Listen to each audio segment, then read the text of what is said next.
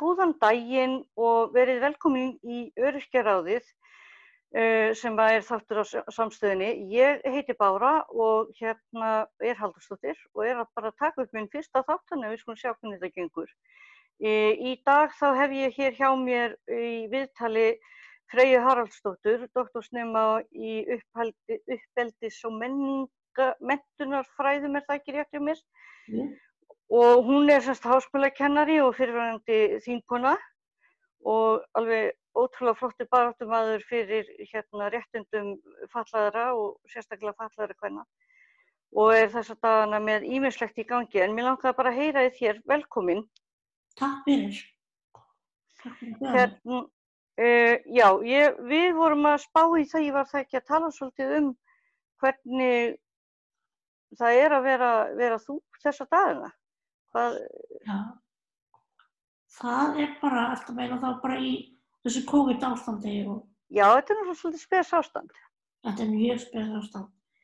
Mér finnst þetta að vera svona tvíþætt og það náttúrulega, þetta er ótrúlega flókið að mörgu leyti. Ég til dæmis bý ein, þannig ég hef ekki deila neina manneskju fyrir aðstoðarkonuna mínar bara í núna næstu 6 vikur og það er náttúrulega reynir á. Bara reynir á hann allan að halda fókus og detta ekki í kannski eitthvað mikla orðiðan þegar maður hefur ekki fólkið sitt, en á sama tíma þá auðvitað reynum bara að nota þær leiðir sem hægt er bara til að vera í tengslu við alla.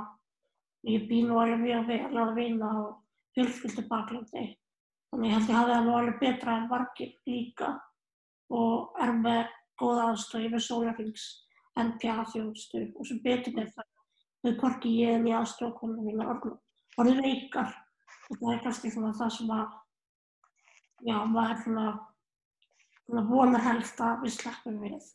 En svo er kannski svona hin hliðin að sem fötluð kona sem er með skerðingu sem gera verkum að beinin við brotna svona við minna kannski njaskaldar en hjá flestum og svona í gegnum tíðina, sérstaklega í barnæsku með unglingaárum og þá var ég mikið að beinbrotna sem þýddi það að ég var ótrúlega mikið heima.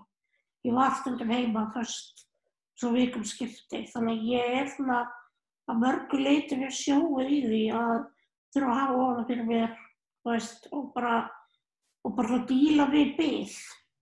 Þannig að ég finn alveg og mér finnst það svo gott. Það er gott að finna hvað fötlunar reynsla getur líka að gefa manni rosalega mörg verkfæri og mikil styrk. Þannig að, já, þetta er svona. Já, ég kannast alveg við það einmitt að því að þeir héldu nú að ég væri geðveik til að byrja með að þá fór ég gegnum svo mörg geðplön einmitt til að læra að taka þess á við áföll og streitu og slíkt og það hefur nú gert ýmislegt fyrir mig. En segðu mér, nú ert þú einmitt með svona aðstoðarkonur og eitthvað og maður er alltaf, ég finn það allavega þegar ég er að fá heim þrifakonur og annað, ég þarf að fylgjast rosalega vel með því hvort að þær séu út í bæ að hitta ótrúlega marga áður en þær koma til mín og annað slíkt. Hvernig hafið þið tæklað það? Já, þetta er mjög góð spurning. Þetta er náttúrulega kannski til að byrja með, þegar þetta var alltaf brest af þá hafði ég mjög miklar áhyggjur af því hvernig við myndum tækla bara þessar vikur og mánuði því að skipta bæði vegna þess að ef ég er veik þá setur það svona starfsemina innan gæsalappa hjá þeim líka svolítið uppnám af því að þá getum við líklega ekki haft svona sambærileg svona vaktaplön og vinnutíminn þeirra myndi breytast og svo líka bara það er náttúrulega þarf ótrúlega miklu að það öryggisráðstafanir sem þetta verið búningum til að aðstoða mig og þetta er bara svona, þetta er mikið mál og svo náttúrulega líka maður verður berskjaldari fyrir smiti þegar maður þarf að aðstoða að halda. Ekki bara þegar maður er kannski með eitthvað undirliggjandi, heldur líka bara félagslega berskjaldari og því þær eru alltaf að koma inn á mitt heimili og eru að aðstoða mig við mjög persónulega hluti, þær eru alltaf bara snerta bara andlitið, þær þurfa að gera það. Þú veist að ég er bara svo verið framan eða eitthvað og ég var að setja mig krem og eitthvað svona, þannig að ég þarf að bera mjög mikið traust til þeirra. það er vandi og en ég er með rosalega flottan hópa aðstoðarkonum og hann einhvern veginn mjög yfirvegaður og samstiga og ég náttúrulega þurfti bara að leggja línurnar. Mér fannst ég kannski ekki geta bannað þeim að hitta, þú veist, bara ekki neitt. En ég miðlaði til þeirra að það skipti máli að það héldu öllum samskiptum við lágmarki og þær þyrftu að vera í svona hálfgerðri verndarsókn líka. Og ég get ekki vita fullkomlega, þú veist, hvernig það hefur allt farið fram, en ég treysti þeim. Og mér finnst og ég skynja það bara að þær beri mér djúpstæða virðingu fyrir því að þurfa að vanda sig. Þannig að það er allt gengið miklu betra en ég kannski þorði að vona ekki það að ég hafði eitthvað ágjörð af því hvernig það myndi vera. Þetta er bara yfirþyrmandi.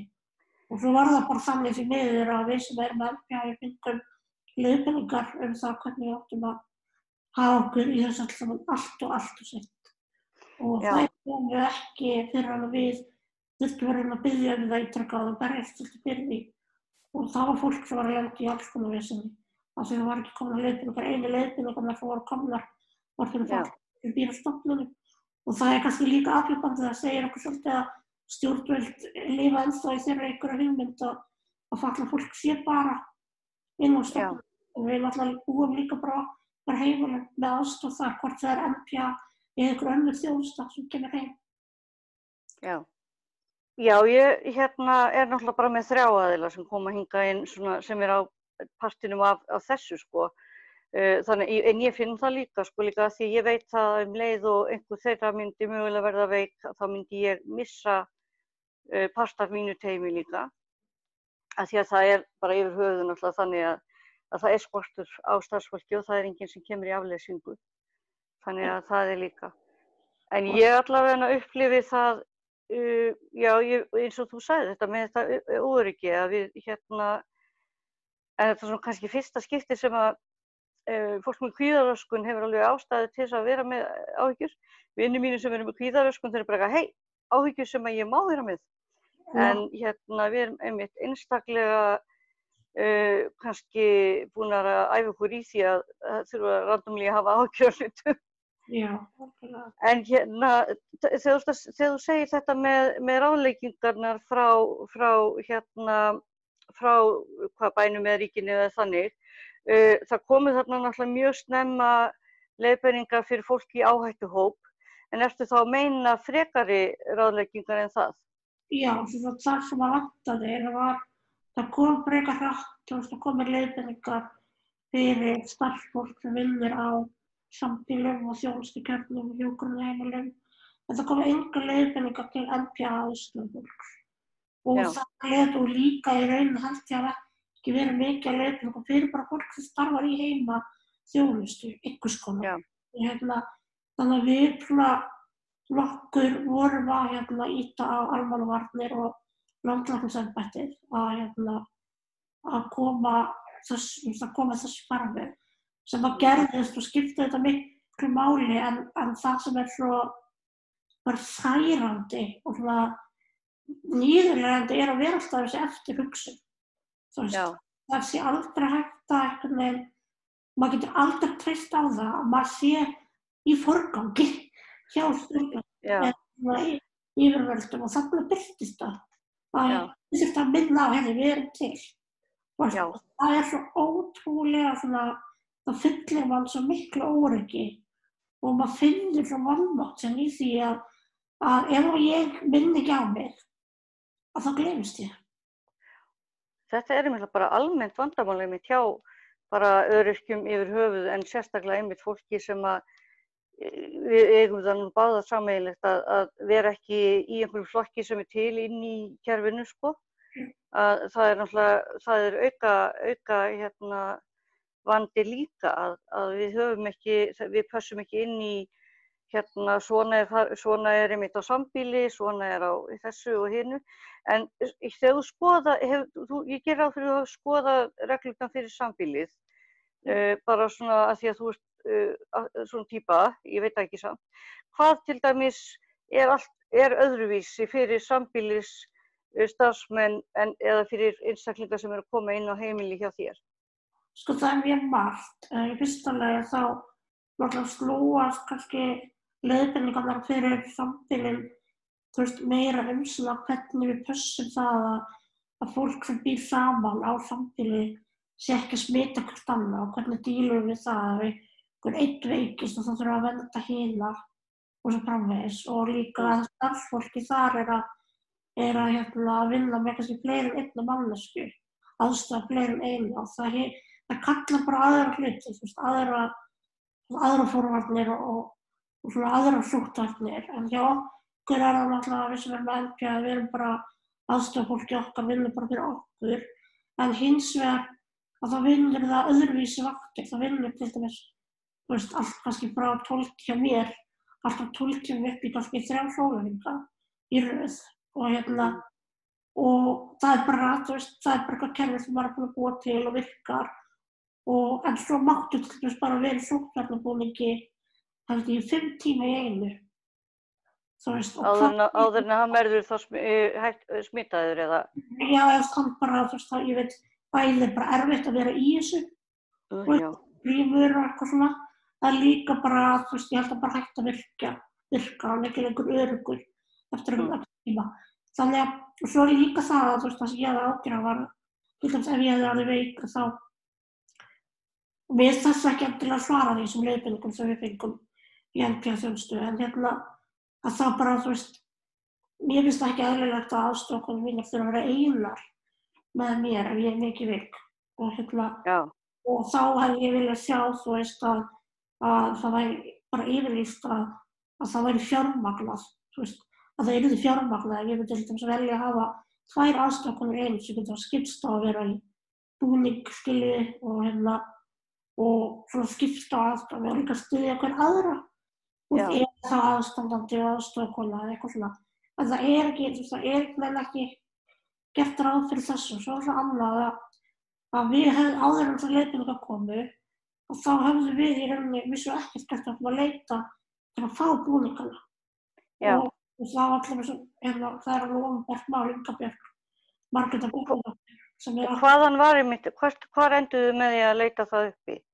Það í rauninni, eins og hún lýsti Inga Björk sem er listfræðingur og aktivisti og vinnur líka fyrir Þroskahjálp og hún lenti því að halda hún væri orðin veik sem reyndist ekki vera sem betur fer en í heilan sólarhring að þá vissum ekki hvert maður að leita með að fá búninga og svo þegar búningarnir komu að þá hafði hún eitthvað leiðbeiningar um hvernig ætti að klæða sig og því þetta skiptir allt máli. Þú getur alveg, ef þú klæðir vitlaust í búninginn þá getur það verið bara algjörlega tilgangslaus. Þannig að það var svona sem og allt óryggi ofan á bara það að það er heimsfaraldur og að þetta verður svo rosalega yfirþyrmandi og maður náttúrulega eins og bara Inga lýsti mjög vel, maður bara panikar og af því að við berum líka ábyrgð gagnvart aðstoðarfólkinu okkar. Það er ekki bara við sem erum í þessu spili, það er allir hópurinn. Þannig að þetta var ekki gott og það er ennþá svona margt sem ég finnst vera ófarað varðandi þetta. Þó að það fengi leiðbeiningar að lokum þó að það sé ekki fullkomlega að það var samt mjög gott. Mér datt allt inn í hug, nú er ekki alveg víst að allir viti nákvæmlega hvað NPA er. Af því við erum náttúrulega svo mikið inn í þessum málum að við bara sveiflum því hérna eins og allir alheimurinn viti það. En kannski geti svona stuttlega útskýrt munin á því einmitt og bara því að það væri að koma manneskja frá bænum að þrífa hjá þér eða þú væri á stofnun eða annað. Sko NPA stendur fyrir notendastýrða persónulega aðstoð, byggir á hugmyndafræðum sjálfstætt líf sem var svona átti svona kannski rótilegur. Þetta byrjaði, það var baráttubaráttan sem byrjaði í Bandaríkjunum allavega kringum 1970 og felst það bara í því að í staðinn fyrir að maður þiggi hefðbundna þjónustu, hvort það er sambýli eða heimaþjónusta sem kerfið stjórnar, að þá færir í rauninni fjármagnið sem þjónustaðinn kostar og ráðstafar því til að vera með sitt eigin aðstoðarfólk. Þannig að ég fæ mánaðarlegar greiðslur sem að ég nota alltaf það, ég ræð mitt aðstoðarfólk, ég skipulegg hvernig það vinnur og hvenær og hvaða verk í rauninni allt þetta og ég greiði þeim laun og þannig að á meðan að áður en ég fékk NPA þá var ég til dæmis með heimahjúkrun og við vorum stundum fjölskyldan með svona heimaþjónustu sem kom að þrífa en þá gátum við alltaf stjórna því, hvenær það komu og ég þurfti alltaf að vakna klukkan annarkvort og virkandi þurfti ég bara alltaf að vakna klukkan 8 og bara 8 eða klukkan 8 og helgar var það klukkan 11. Það engin sveigjanleiki. Nei. Þannig að fyrir utan ég þurfti alltaf bara að sofa klukkan 10, hálf 11.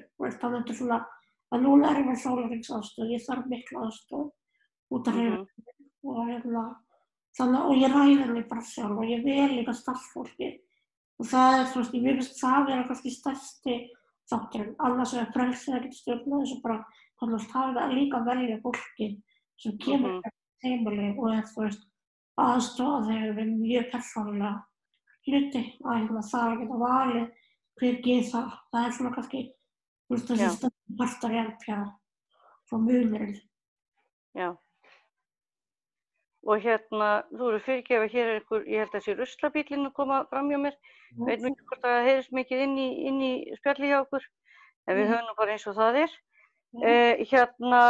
Já, þetta nefnilega þarna ertu mitt, eins og segið, þú ert yfirmaðurinn og eins og allir yfirmenn þá berðu svona vissa auka ábyrgð mitt á þínu starfsfólki og það náttúrulega eins og, ég meina það ekki hægt að ráða hvert sem bara í staðinn líka ef að þú hefðir þurft að vera með auka starfsmenn. Nei, og það líka, það svolítið flókið að það hefur verið mjög flókið fyrir mig og yrði mjög flókið að ég þurft að fá konar bakvarðarsveit eða eitthvað svona því að það tekur tíma að læra inn á aðstoða mig og svona nota handtök sem að henta mínu líkama og ekki hættulega fyrir mínu líkama. Þannig að það mjög kvíðvænlegt held ég fyrir mig og já, af því það myndi við líka vera svo flókið að vera með einhverja aðlögun af því að þá þetta smitthætta og allt þetta svo Já. Og þá ertu líka með já, þú svona þjálfa einhvern leið og hann á meðan þetta allt saman í gangi að bætist við okkar þessa almennu óvissu í þessu ástandi, þá hafa allir almenna óvissu hvernig þetta að það bætist við hjá þeim sem eru veikir eða í áhættuhóp þessi auka áhyggjur af fólkinu sem heldur okkur í lagi eða styður við heilsun okkar. Og ég get ekki ímyndað mér hvað flókið að vera kannski ógeðslega veik. Það þurfa líka að vera aðlaga starfsmál og þegar maður aðlaga starfsfólk þarf maður að segja allt. Maður þarf að leita svo rosalega mikið og ef maður kannski bara ekki ástand til það þetta bara ég get ekki hugsað allir enda svo ég reyna bara að hugsa mjög lítið það en það rosalega flókið og ég held ég myndi freka velja það að fá bara aðstandendur og starfsfólk og en það líka flókið af því þau eru í vinnu og bara hafa sínar skyldur og það ekkert sjálfsagt og margir hafa ekki eins og aðstandendur þannig að þetta bara, þetta alveg ángar af sig sem Einmitt. Ég meina hjá mér þetta náttúrulega eins og segi bara að þrífa fólk og liðveisla sem ég fæ sem menn ég að bíða eftir svona NPA þjónustu eins og þú. En hvað með aðra þjónustu en þetta? Hefur þetta haft ykkur áhrif á það hjá þér? Já, ég náttúrulega kemst ekki sjúkraþjálfun og það alveg flókið því að eina hreyfingin í rauninni sem að ég get svona framkvæmt alltaf í sund í sjúkraþjálfun. Já. Það bara svona mitt. Það bara svona mitt þeng einhvern veginn og það ekki, stendur mér ekki búið núna og auðvitað hefur það bæði áhrif alltaf líkamlega líðan, maður verður stirðari og meiri vöðvabólgu, meiri verki. En líka hefur það bara mjög mikið að segja andlega. Það að fara í sundkerfi eiginlega alveg mikið andlegt eins og líkamlegt. Þannig að þegar ég hefur rosa mikið mjög orkumikil kona og þau eru mjög hreyfihefluð og þetta fer ekki alltaf mjög vel saman. Þannig að það fara í sund og hreyfa sig er líka svona nýlega til að losa bara allar sem ég myndi kannski, sem ófæddur manneskja er auðveldara með að losa einhvern veginn bara gegnum hreyfingu og svona. Þannig að þetta, já, það er flókið. Og svo náttúrulega eins og betur hef ég bara ekki þurft á því að halda og svona almennt nokkuð laus við að þurfa mikið að heilbrigðisþjónustu að halda. En samt þetta inn á milli og maður finnur það alveg að maður myndi ekkert vera margur svona raður við að leita til heilbrigðisþjónustuna bæða því maður veit að það er svo mikið álag og líka bara að það er flókið í framkvæmd, sérstaklega að maður þarf að mæta staðinn. Já, það er það náttúrulega. Ég upplifir þú svona eins og ég að ég veit ekki hvort þú þurft að fara upp á spítalann sjálfan að svona þetta auka óöryggi að þurfa að fara inn á spítala vitandi að maður er í áhættuhóp. Já, ég einhvern veginn alltaf betur þarf þess ekki mikið en ég get ímyndað mér að það sé rosalega óþægilegt. Og því það er ekki endilega staðurinn sem að ég til dæmis þurfti að leita á heilsugæslu daginn og það var bara allt gert í gegnum síma og svo sendi ég aðstoðarkonu að sækja það sem þurfti að sækja af því að heilbrigðisstarfsfólk á heilsugæslu vildi bara ekki vera að fá með þarna á staðinn. Þannig auðvitað í talningum var það mjög mikið og kannski ítrekkað vera að fara inn á spítala að þá er það mjög flókið, held ég, og ég hef ágjörð því að fólk sé ekki að leita eftir heilbrigðisþjónustu þó það þurfi þess og ég held að það mun mögulega vera að hluta afleiðingum sem við sjáum af COVID. Það er ekki bara að verða veikt og jafnvel deyja út af COVID heldur að því það hefur bara ekki sama aðgang að heilbrigðisþjónustu. Lítanlega heilbrigðisyfirvöld að segja mann að maður eigi að leita þangað en svo annar þáttur í þessu sem að ég held að gildi bæði fatlað fólk og langveikt fólk og aldrað fólk að við erum svo skilyrt í það að finnast við ekki jafn mikið fyrir og aðrir. Þannig að það er líka í það að hugsa að þetta nú ekki svo alvarlegt. Það er miklu fleiri aðrir sem að ætti frekar að fá þjónustuna. Ég ætlum ekki vera að trufla. Já, einmitt. Við viljum ekki vera að auka álaga á starfsfólk sem að við vitum að sé á fullu í þessu og svo framvís. Tökum það kannski sterkara til okkur jafnvel heldur en almenningur. Ég held það og kannski fólki sem að ætti síst að taka til sín tekur það alltaf mest til sín.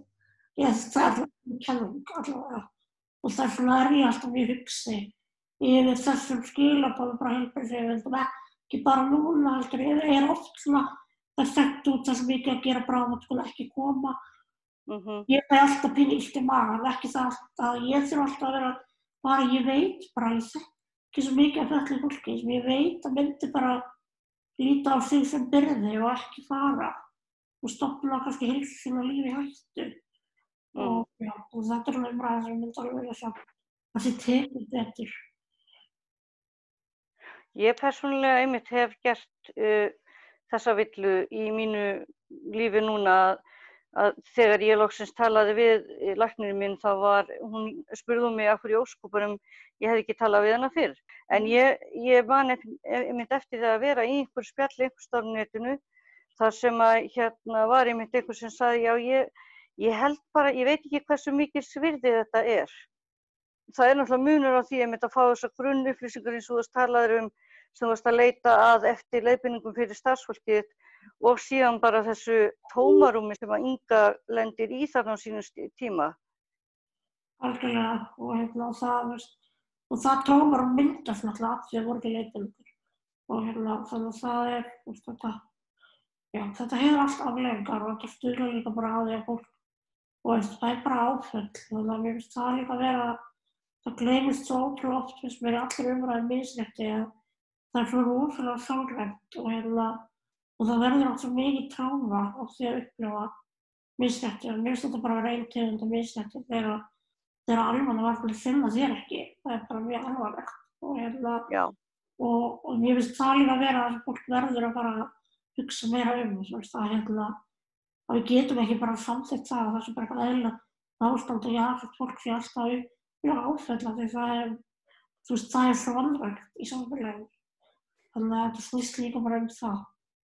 Og það er náttúrulega líka það eins og við segjum að það ekki allir svona klárir og fínir eins og ég og eins og þú og Inga hefur hafið orku og stuðning til þess að takast á við þetta, en svo eru kannski aðrir sem einmitt þessi orka eða jafnvel úrræði ekkert svo auðvelt að fara að leita eftir.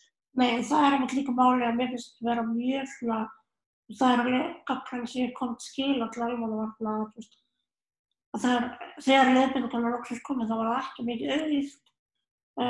Þá var alveg fatlað fólk sá það sem fáránlegt, því það á ábyrgð stjórnvalda og heilbrigðisyfirvalda og almannavarna, fyrir utan það að upplýsingarnar ekki komnar auðskilin mál, þannig að það ekki aðgengilega stóran hóp af fötluðu fólki og þetta einmitt líka málið, mér finnst það búið að vera rosaleg fyrirhöfn í fólki að gera það sem ég get til að tryggja mitt öryggi og aðstoða fólksins og ég bara býð við þeim forréttindum að geta staðið þeirra fyrirhöfn samt finnst mér það erfitt, og hvað það fyrir fólk sem bara hefur engan stuðning og engan aðgang að tækni eða tölvum, internetum, því það er hópur á Íslandi, því fólki sem hefur það bara ekki neitt. Þannig að við berum svo mikla ábyrgð á því sem samfélag að tryggja þetta og ég held að það bara, ég óttast það sem mjög mikið af fólki að móti sem bara hefur ekki verkfærin til að tryggja öryggi sitt okkur núna. Já, ég náttúrulega bæði eins og þú segir með NPA-fólkið og líka fólk sem eins og þú segir þarf auðskiljanlegar upplýsingar. Ég kannski bæti því inn að ég að vinna erlítið með erlendu fólki og það tók þó nokkur tíma, ég fór að leita að enskum upplýsingum fyrir þetta fólk og það voru COVID síðan var fyrst reyndar með enskar upplýsingar en datt alltaf yfir á íslensku þú fórst á milli síða en til dæmis hinn síðan sem stjórnarráðssíðan og lögreglusíðan og almannavarnir, það kom miklu seinna inn en hefur síðan verið að teljast inn á spönsku og fleiri tungumálum en þetta ætti náttúrulega bara að vera grunnregla að þetta sé allt saman gert jafnhliða. Þetta bara grunnþjónusta og líka það sem okkar segir, finnst engin afsökun að við höfum ekki vitað að þetta verður bara að gerast og þetta taki tíma og allt það af því að almannavarnir starfa alltaf og þegar það ekki heimsfaraldur eða snjóflóð eða jarðskjálftar þá bera alveg mikla ábyrgð á því að vera undirbúa sig fyrir það kom fyrir og bara fyrir stuttu hélt ég erindi á jafnréttisþingi loftslagsmál og kynjajafnrétti og fjallar fötlunarjafnrétti í tengslum við loftslagsmál og þegar ég var að skoða almannavarnasöguna til dæmis og það er nánast ekki minnst á fatlað fólk í neinum áætlunum varðandi snjóflóð, jarðskjálfta og aðrar náttúruhamfarir sem Ísland bara raunverulega oft að kljást við með þessu mörg önnur lönd og eina sem ég sá það var að nágrannar ættu að hafa í huga þeir þurftu kannski að hjálpa fötluðu eldri fólki í kringum sig að láta það vita, já. Voru mest og þetta er bara fásinna. Það er ekki, þú setur það ábyrgð ekki á bara eitthvað fólk út í bæ að hvort að það hugsanlega detti það í huga bara eitthvað bjarga gömlu konu næsta og segja að fatlaða manninn í næstu götu. Ég meina þetta bara, og þetta sýnir bara hvað líf fatlaðs og aldraðs fólks álítið lítill fyrir þig, við erum ekki eins og nei. Það var samt fyrst gert ráð fyrir einmitt aldraða fólkinu samt en gleymdist alveg þessi pakki. Hvað heldur að væri hægt að gera til þess að því að nú eins og þú segir með almannavarnir, þeir eru náttúrulega voru greinilega með til staðar einhvers konar format fyrir því ef að það yrði heilsufaraldur á einhverju leyti, það sést greinilega á viðbrögðunum að eitthvað var til. Hvað heldur að gæti bætt stöðu fatlaðra og annarra í framhaldi, hvað þarf að gerast? Eins og ég talaði á jafnréttisþinginu þá grundvallarvandinn náttúrulega ekki það hamfarir heldur bara misréttið almennt. Gerir það að verkum að við verðum sjálfkrafa, við höfum ekki sömu tækifæri almennt, bara í veruleikanum þegar ekkert er í gangi og svo þegar breytast eitthvað svona heimsfaraldur eða hamfarir eitthvað, þá náttúrulega bara magnast misrættið upp og blæs Já. út. Og til að koma í veg fyrir að það valdi skaða, fyrsta lagi þurfum við bara að tryggja almennt betur fötlunaljafnrétti. Og það bara svona grundvallaratriði, þá værum við ekki svona útsett fyrir að lenda í vandræðum. Svo náttúrulega þessar beinu aðgerðir sem að varða bara eins og almannavarnir að auðvitað á fatlað fólk að vera starfandi hjá almannavörnum, hjá landlæknisembættinu, hjá lögreglunni og bara hjá ráðuneytum og svo framvegis þar sem að stórar ákvarðanir eru teknar. Og en í dag á Íslandi það bara nánast ekki neitt. Og fatlað fólk alveg frá aðrir hópar bara, þú veist, hópur sem að hefur mikla reynslu, bara persónulega lifaða reynslu, sem að getur mjög vel inn í þessum stofnunum. En svo erum við líka mörg bara búin að mennta okkur og eru bara hverja háskólagráðu bætir öðru annarri, en enginn hefur áhuga á að nýta þekkingu okkar. Og þarna feilum við, og þarna ég alveg viss það að ef að almannavarnir og landlæknisembættið hefði fatlað fólki vinnu á sér, þá margt af því klúðri sem við á þessu staðnum það hefði ekki átt stað. Fyrsta lagi hefði við áætlanir til fyrir hendi, en í öðru lagi það hefði verið fyrr brugðist við því sem við vitum að getur farið úrskeiðis. Og ég vil alveg segja, þú veist, ég held að við á Íslandi séum mjög lánsöm með, þú veist, almannavarnir og landlæknisembættið og einhver hluti stjórnvöld, en þau eru samt að gera skrýtna hluti á mínu mati.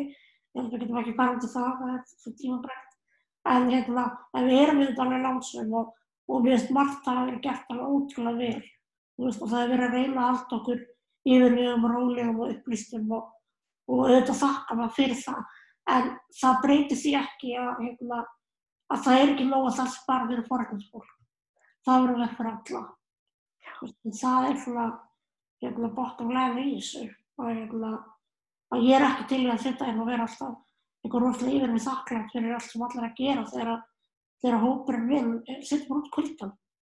Og þarna þú í raun og veru ókeypis að gefa þína þekkingu inn í þetta eins og oftast líka, ég meina ég man eftir því núna, ég nefndi það nú ekki í byrjun, en þú ert önnur á stofnendum Tabú sem eru samtökum að vera svona áhersla á mannréttindi fatlaðra kvenna.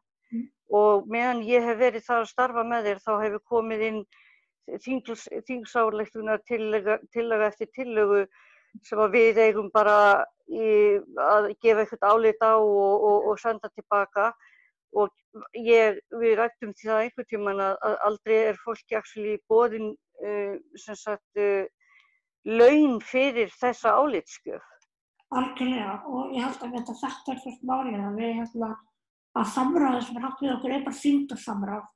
Þú veist, við fáum eitthvað að segja eitthvað smá, oftast í lokin á okkur ferli og við svo við senda okkur umsagnir en við að vinna þær sjálfboðavinnu og þetta náttúrulega bara ekki raunverulegt samráð, þetta bara til að sýnast og geta tikkað í boxið og einmitt við þekkjum það í Tabú eins og þú ert að nefna, þú veist að við höfum allar lagt ógrynnilega vinnu á okkur fyrir stjórnvöld og fyrir hvert annað og ég held að eitt af því sem við erum að sjá mjög skýrt í COVID-faraldrinum að almannavarnir fatlaðs fólks fatlað fólk. Fatlað fólk í rauninni að bjarga hvert öðru stappi, hvert annað stálinu, leiðbeina, það mín reynsla hérna og ég sé það bara, og auðvitað þykir mér óstjórnlega vænt það, mér finnst það rosalega fallegt og það sýnir það bara hvað við erum sterk saman, en það á sama tíma óþolandi af því að það ekki eðlilega krafa til okkur. Og ég held að það gildir líka bara aðra hópa, hinsegin fólk að erlendum uppruna, fólk sem byrjar fatlað. Þú veist það. Það náttúrulega þetta sem til að við fengum náttúrulega þetta, við erum öll almannavarnir en þarna kannski kröfur sem að ætlast til. Og ég einmitt upplifið þetta líka að það þurfi að vera alvöru fatlað fólk í þessum störfum Af því að ég taldi mig, bara svona sem dæmi, taldi mig mjög upplýsta aðgengi og aðra hluti áður en að ég sjálf byrjaði að verða það fötluð að ég þyrfti mikla aðstoð og áttaði mig síðan bara á því þegar ég datt inn í það hve mikið það var sem ég gat ekki skilið fyrir en ég var þar. Algjörlega, og ég held bara því miður og þá erum við bara svo sjálfæðir sem manneskjur, að við þekktum ekki, alltaf eitthvað svona og það gildir alveg mikið bara, mig eins og hvern annan og ég veit ekki hvernig það að vera með einhverfi á þessum tímum eða að vera með þroskahamlun eða með kvíðaröskun eða eitthvað svona. En svo það hins vegar náttúrulega auðvitað samhliða því að fatlað fólk þarf að vera að starfa. Þá þarf náttúrulega ófatlað fólk sem starfar í þessum geira og öllum hinum að taka ábyrgð á eigin þekkingarleysi. Og ég endur að segja bara ég vissi ekki betur af því það skylda að vita betur. Og þetta svona sambland af þessu við þurfum að vera þarna inni en aðrir þurfa líka að það er munur á því að vera alltaf að læra og tilbúin að læra og vera að leggja sig fram að læra en að lifa alltaf í einhver svona ignorance eða svona hundsið á þekkingarleysinu sem á byrðið. Það er ekki, það er ekki absolutt. Og það sé kannski meðvitað sitt þekkingarleysi að því að það náttúrulega virðist oft vera þessi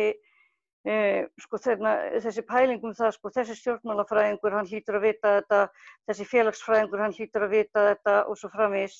Þegar við síðan vitum það alla að það eru hluti sem að fara fram hjá þessum einstaklingum einfaldlega af því að þeir eru ekki með þessa lifuðu reynslu. Akkurat, ég stóð maður bara núna á dögunum og ég að hlusta á breskt hlaðvarp frá vettlið fólki sem er í verndarsóttkví og það á BBC og heitir Cabin Fever, mælum mjög mikið með. En að það var blind kona og hún var að útskýra hvað þetta væri flókið. Af því þú náttúrulega sem blind manneskja þarft að snerta miklu fleiri hluti heldur en kannski við sem sjá. Og þú þarft að reiða þig á það kannski að einhver leiði þig, að leiðsegja þig hvert þú ætlar að fara. Og þú þarft ofta að treysta ókunnuga til þess að gera það. Og ókunnugt fólk til að rétta þér eitthvað í búðinni. Og þetta var eitthvað sem ég hafði ekki hugsað á því, af því að ég hef sjón.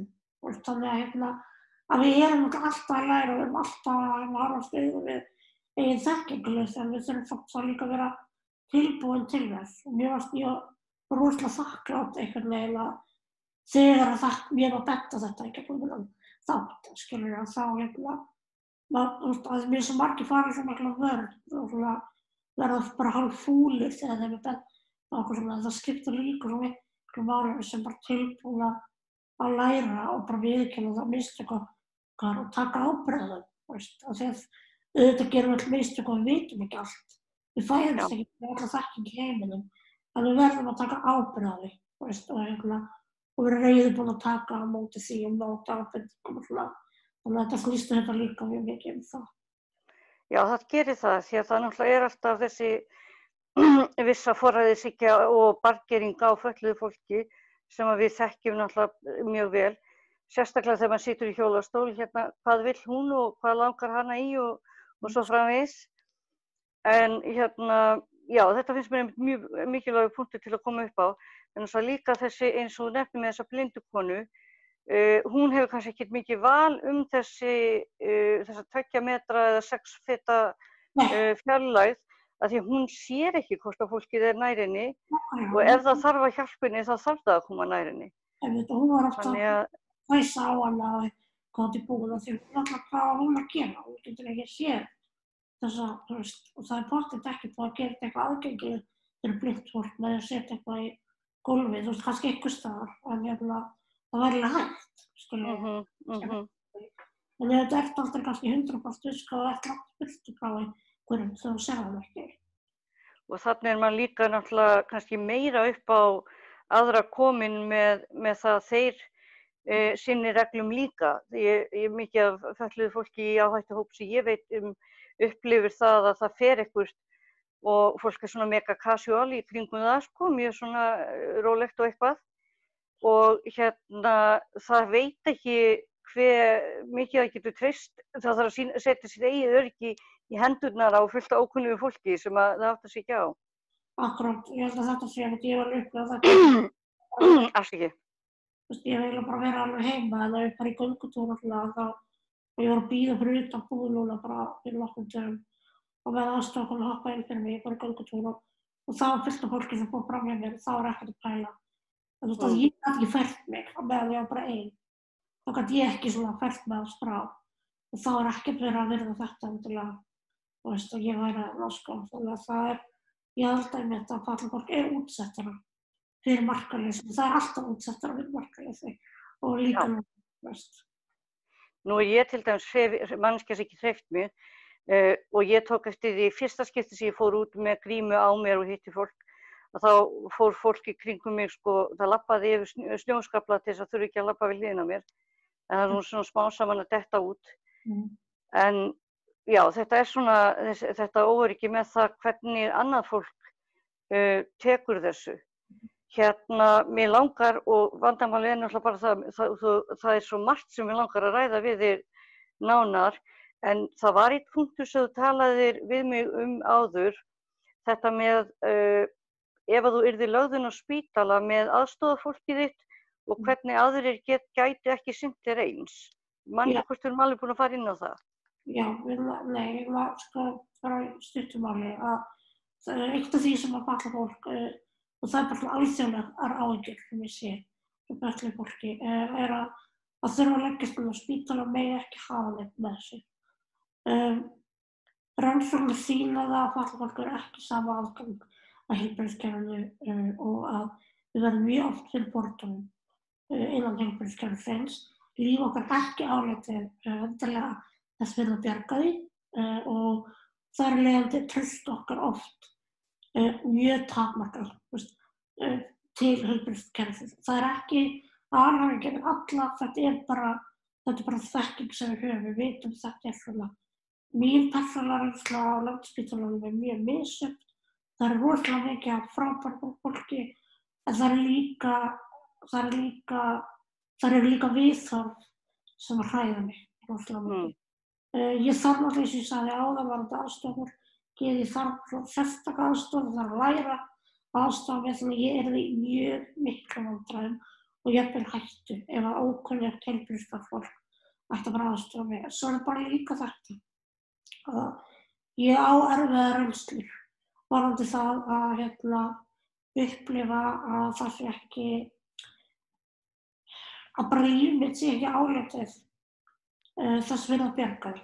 Ég hef upplifað það, ég ætla ekki bara nánar út í það, en ég hef upplifað það á Landspítalanum. Og þar leiðandi í þessu ástandi þegar við sjá það heiminn allan að það er að neita fötluðu fólki gjörgæslu og öndunarvéla aðstoð, því við erum ekki álitum þess virði, að þá auðvitað verði ég bara logandi hrædd við tegum það að fara inn og það er bara regla í minni fjölskyldu að ég er ekki skilin eftir einu spítala. Þó ég sé þetta þriggjar, skiljið, það er bara ekki gert. Það er annarkvort aðstandandi með mér eða aðstoðarmanneskja. Og í Bretlandi er núna að vera undirbúið dómsmál af því að fatlað fólk allar stefna ríkin fyrir það að útiloka það að fólk getur tekið með sér fólk inn á spítalum. Og það er einfaldlega vegna þess að það er lífshættulegt að þurfa okkur því að hafa einhvern með okkur ef við viljum það og þurfum þess. Og ég tala ekki fyrir fólk sem að tala ekki með hefðbundnum hætti, getur ekki tjáð vilja þeim auðveldlega og kannski bara nánust og ættingjar skilja þig. Að það ertu náttúrulega bara ekki bara í lífshættu út af COVID, þú ert í lífshættu út af þenni jarðsetningu. Og mér finnst mjög spennandi að fylgjast með þessu máli og mér finnst að vanta íslensk yfirvöld setja einhver stefnu í þessu og rökstyðja líka mál þitt af hverju megum við ekki tala með okkar leið. Það er búið að lýsa yfir Landspítalanum sem mögulega öruggasti staðurinn eða COVID-deildin sé kannski öruggasti staðurinn til að vera á því það svo mikið, það svo háir standardar af bara sóttvarnir og það búningar og það rauninni allar aðstæður til að tryggja sem best öryggi þeirra sem væri með okkur. Þannig að ég sé ekki af hverju það vera svona og ég held bara að þetta sé líka svona að fólk skilur ekki, það heldur bara, já, ég mun falla bara leggst bara á spítala. Það ekki þannig. Það bara heljarna mál á spítala og þannig að þetta er mjög svona mikilvæg umræða og fyrir mig talið bara persónulega þá þetta minn mesti ótti við COVID. Það að þurfa að leggjast einsömul inn á spítala. Ég get ekki hugsað allavega það. Alveg fyrir utan það að þú ert mjög brothætt og það svona aðal vandi þinn. Þannig að bara það geta orðið vaktaskipti og starfsmaður sem kann ekki alveg að taka tillit til þess getur komið inn, að þá þetta einmitt eins og segir mikil umræða þar sem ég rekist á líka varðandi svona hálfgerða svona eugenics eða mannhreinsunar viðhorf í þessum málum. Að þarna til dæmis ekki metið að þú ert háskólamenntuð, hefur mikil áhrif í samfélaginu, hefur staðið í mannréttindamálum og bara mikilvægur partur af íslensku samfélagi. Það ekki metið inn. Nei, en óháð því hvað ég að það ég manneskja og ég bara fyrir það erum við mikilvægt og við eigum rétt til lífs. Við eigum rétt á heilbrigðisþjónustu, en það ekki virt og það náttúrulega, og ég held og maður heyrir það að það líka orðin umræða dómsmál varðandi bara þetta almennt, bara það að setja einhver svona forgangsraðir á gjörgæslu eða öndunarvélaþjónustu bara ólöglegt. Hvernig ætlar þú að rökstyðja það að feit manneskja frekar að deyja en grönn eða frekar að deyja til ógæslu? Þetta náttúrulega viðbjóður. Það bara eina sem að segja þetta og þetta mjög ógnandi og þetta málkynbætur. Þetta málkynbóta áhrif sem við erum að sjá þarna erum við að velja hvaða fólk við viljum frekar hafa í jörðinni. Og við getum auðvitað ekki sagt okkur það. Og við erum náttúrulega með bæði að skoða þegar við erum að skoða, það var sett út í Bretlandi þessi NICE staðall, þar sem að ef maður var fyrir ofan F þá var maður komin inn á frailty status, þar sem að var einmitt þetta spurningin með hvort og hvort ekki.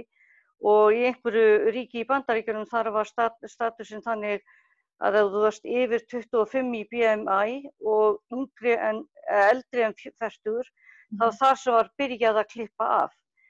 Og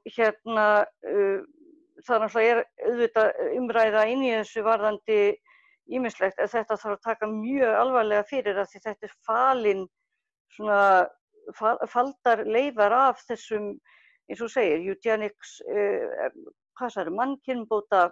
Málkynbætur, bara málkynbóta áhrif. Já, ég kunni ekki enska orðið. En við þurfum víst að fara að ljúka þessu ótrúlega gáfulega spjalli. Eitthvað að lokum sem að þú vilt koma á framfæri? Ég held kannski að allt sem við erum að tala þessum nótum, það langar að segja það sem að hvetur mig í verndarsóttkví og það sem að heldur mér á mottunni við það að vera að vernda mig og aðra þetta, að það í rauninni fyrir fatlað fólk og langveikt fólk og í rauninni aldrað fólk líka það bara ótrúlega mikið andóf að vera í verndarsóttkví, af því heimurinn vill ekki endilega að við lifum af. Og það skiptir bara ótrúlega miklu máli að við gerum það sem við getum gert til þess að halda okkur öruggum. Og þetta ótrúlega hart að segja þetta. En það samt í alvörunni bara, það að við hugsaum okkur sjálf og berum einhvern okkar líkama og verndum okkur, að það verður heldur ekki til meira andóf en það að því að þannig tryggjum við sem best að við séum heilsuhraust og hægt í hvaða merking sem við setjum það og líka bara að við lifum þetta af og heimurinn þarf bara mjög mikið að því að halda að við lifum þetta af. Við megum ekki við því að missa eina einustu fatlaða manneskju úr bara þessum heimi, þess að við þurfum bara á okkur öllum að halda. Þannig að það svona þegar ég er þreytt á að vera ein og vera heima og þá þetta bara það sem ég reyni að hugsa. Það langar kannski ekki mörgum að bjarga mér en ég ætla að gera það sjálf. Já, ég lít á það sem svo fyrir utan einmitt manngildi hverrar mannesku að já, við þurfum að lifa þetta af til þess að geta einmitt rætt það að við þurftum að hafa svona mikið fyrir því að lifa þetta af. Við erum mjög mikið verk að vinna með þessu líka. Ég ætla að bjóða þér aftur í viðtal við mig einhvern tímann af því að þú ert alveg stútfull af upplýsingum. Þetta viðtal var náttúrulega svona meira upplifun þína en annað þótt að það byggist náttúrulega fræðilegi grunnurinn gerir það verkum að þú nærð að hugsa það frá öðrum sjónarhóli. En ég hlakka bara til að fá þig aftur inn og vona að ég fá að stela þér í það og þakka kærlega fyrir að taka þátt hérna með okkur í dag. Þátturinn verður líklega ekki lengur í dag. Við erum öryrkjaráðið á stöð sem heitir Samstaðan og Samstöðin og við erum með Facebook síðu þar sem og þessi bæði fyrirbæri eru með Facebook síðu. Mæli endilega með því að þið bæta okkur inn svo þið fáið tilkynningar svona skemmtileg og mikilvæg samtöl eins og þessi. Stefnan í augnablikinu eru þrír þættir í viku og bara ég þakka ykkur kærlega fyrir að hlusta og þér Freyja fyrir að taka þátt. Takk kærlega fyrir að bjóða mér. Takk fyrir.